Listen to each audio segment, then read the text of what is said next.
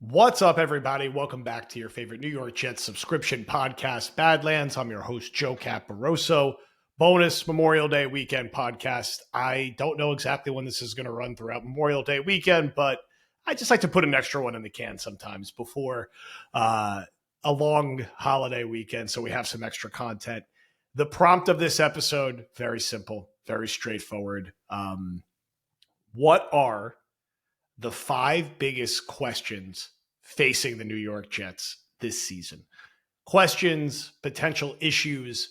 When someone asks you to predict their record and you say, well, they could win 7 or they could win 10, what are those five things that are going to swing in that direction? So I'm going to use a few minutes here just to talk through what I think the main five are for the 2025 New York Jets. These are in no particular order. But, feel free to agree, disagree, rank them as you see fit below or anywhere else, whether you're watching this on YouTube or at patreon.com/Badlands TOJ. Number one, it's a quarterback-driven league. Justin Fields. Is Justin Fields a winning quarterback in the NFL? Is he going to do a Baker Mayfield or Sam Darnold, thrive in a new situation, be an electric runner, do enough as a passer where there is enough weeks that he is the best quarterback on the field that allow the Jets to be 9-8 or 10-7. If Fields can be that kind of guy, maybe he gets a second year as a starter. He's the guy who broke the Jets playoff drought then. Or is he just going to be mostly the player we've seen to date, who is someone who has a couple of highlights here or there, but on the whole is just not a good enough passer to be a successful, consistent starting NFL quarterback? Maybe the Jets are, 6-11, 7-10. He gets benched at a point in the season for Tyrod. Maybe he gets his job back. Where is that going to be? Or is it going to be somewhere in the middle? And is it going to be close enough to the positive or close enough to the negative to swing what his future is going to be here? Fields and what kind of player he is going to be in Tanner Engstrand's offense is my number one to look at. Second one, outside of being a quarterback league, it's a coaching, head coach league. Aaron Glenn, first-time head coach. Does he know what he's doing? Are the Jets going to actually play with a different mentality? Are they going to be more fundamentally sound? Are they going to tackle? Are they going to avoid consistent, stupid penalties all the time? The receiver covering up the tackle, illegal motion, too many guys on the field, play clock running out. Can they stay ahead of the clock for once? How is his feel going to be for in-game adjustments? How is his feel going to be managing the press and the media when the Jets inevitably have some valleys that hopefully go with some peaks? Can he have a couple games where he punches above his weight as a rookie head coach and out-coaches more established guys? The Jets need, if the Jets are going to exceed expectations and flirt with being a wild card team this year, they need Justin Fields and Aaron Glenn to be better than I think most people expect them to be. Fields, just based on his resume to date, and Glenn, just being a rookie head coach and also coming from the defensive side of the ball, which is never popular with anyone, whether that's fair or unfair. So number two, does Aaron Glenn know what he's doing? And is he as big of an upgrade over Robert Saleh as all of us are hoping that he is? Number three, also in the coaching bucket, is Tanner Engstrand going to be a good offensive coordinator? He has not called plays at this level yet. He's coming from the most creative, electric offense in the NFL, I would say. You could argue maybe there's a couple of others that are up there, but it's in the discussion. What is his ability to call plays? What is his ability to feel the flow of the game? What is his ability to maximize Justin Fields? Did the Jets find something here where they found a really good up-and-coming offensive coordinator who 2 or 3 years from now is going to be a head coach and who is going to be an enormous upgrade over Nate Hackett, who was the worst offensive coordinator in the NFL, and even what they were getting from Todd Downing? So can he coach this team up where they could score touchdowns in the red zone and not settle for field goals? Can he get creative with how he uses Fields as a runner? Can he get creative and have the Jets having an active screen game for once, especially with personnel that's so conducive to it? Can he move Garrett Wilson around the formation to help free him up and get him easier catches and easier targets when defenses are inevitably going to be keying on him? A lot of this goes to the Jets were so poorly coached last year that I find it hard to believe that they won't be better but how much better is the question. Glenn and Angstrom are rookies in their respective roles. There's going to be a learning curve. They're not going to hit the ground running and be great or elite. They're going to be struggles, but can there be more good than bad? And can the trajectory be positive where you say, you know what, this team is like went from the 32nd best coach team in the NFL to the 17th best coach team in the NFL in year one, and they're only going to get better going forward.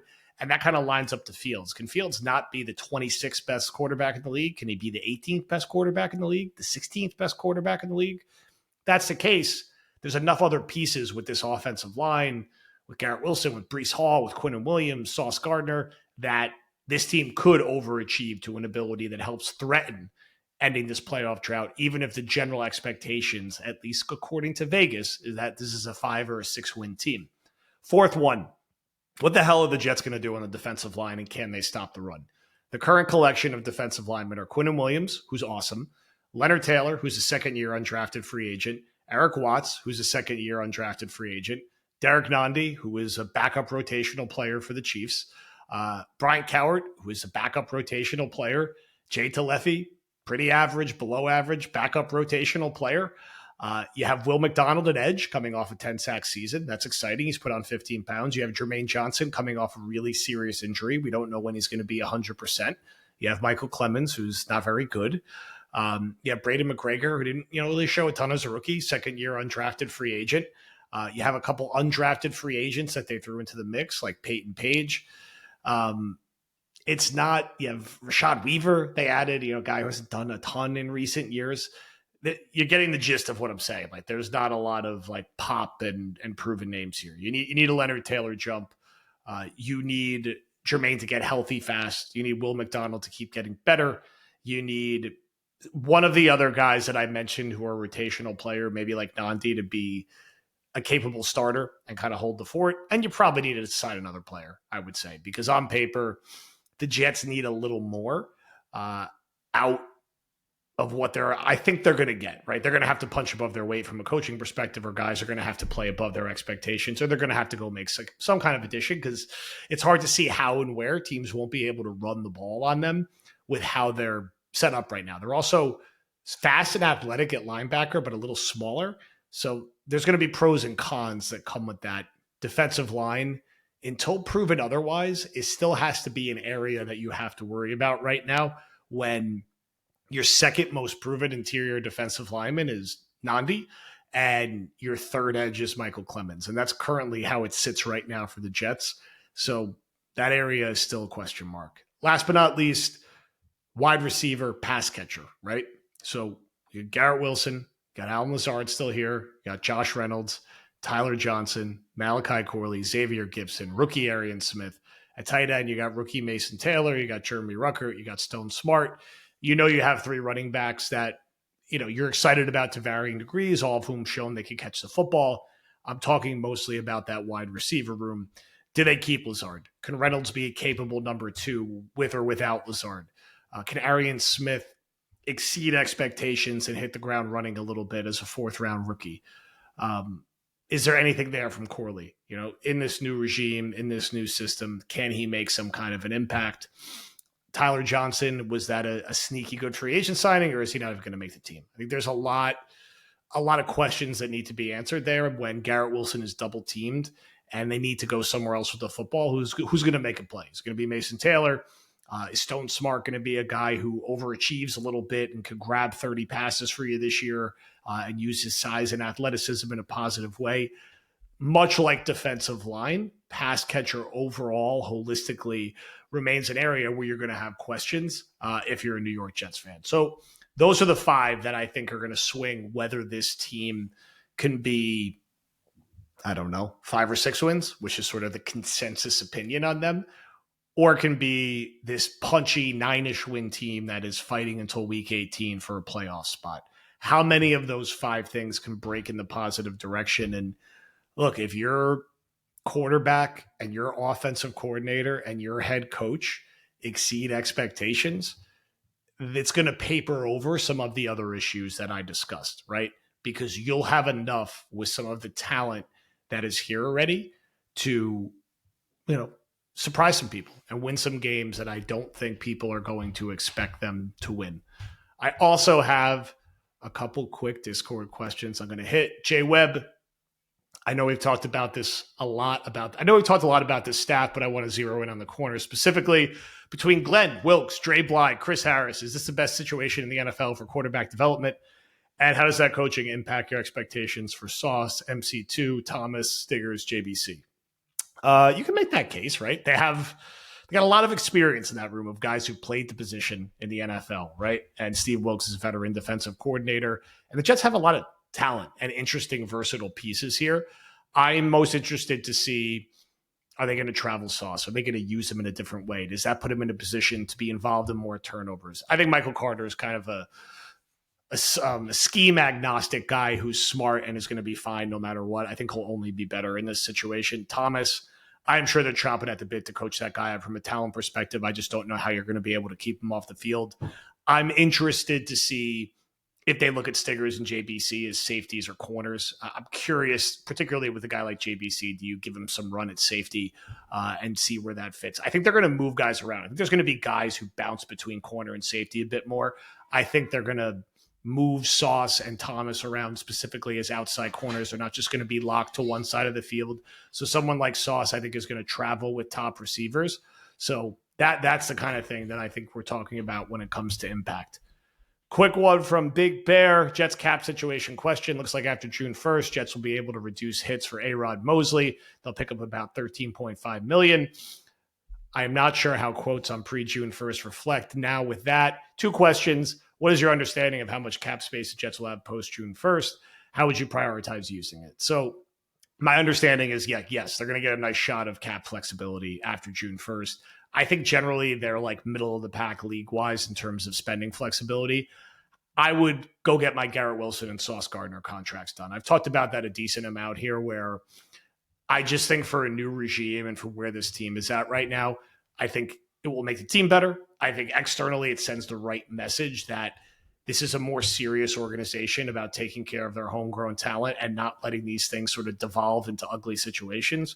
Pay them now. Like, I don't know what you're waiting for. Like, they should be franchise building blocks on each side of the football. Get that done. I think it rounds out the offseason well. And I think with how you structure the contracts, you still have money if you want to go try a one-year flyer on Amari Cooper or see if you could trade a day 3 pick for a rotational defensive player or sign Darius Smith for a 1-year, $5 million deal. They have enough money to do all those things. But right now I want to get Garrett and Sauce done. And I want to say, we paid Sherwood, we paid these two guys. We are serious about keeping our internal talent and not constantly trading off our first round picks at the end of their contract and restarting the cycle.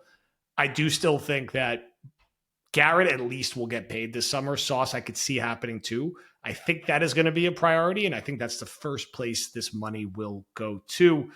Last one from Jay Webb. Will we see unhinged snaps where we see Chugs at right tackle and Membo at fullback on short yardage? I'm sure we will see some funky formations that include an extra lineman. I don't know if it's necessarily Membo at fullback, but I could see the Jets going heavy in certain situations with 6 offensive linemen. I also think at short yardage, this is a pro tush push team. They're going to use Justin Fields on it. He's huge. Anytime it's 3rd and 1, tush push Justin Fields. He's an enormous quarterback. Use his athleticism and size to your advantage. I think he was like 11 for 12 last year on that play. I think we're going to see a lot of that in short yardage for the Jets. Use your battering ram quarterback. But I do think, yes, you'll see some 6 offensive lineman looks. All right. Thank you, everybody, for listening. We will be back with a full week of content this week, and we will talk to you soon.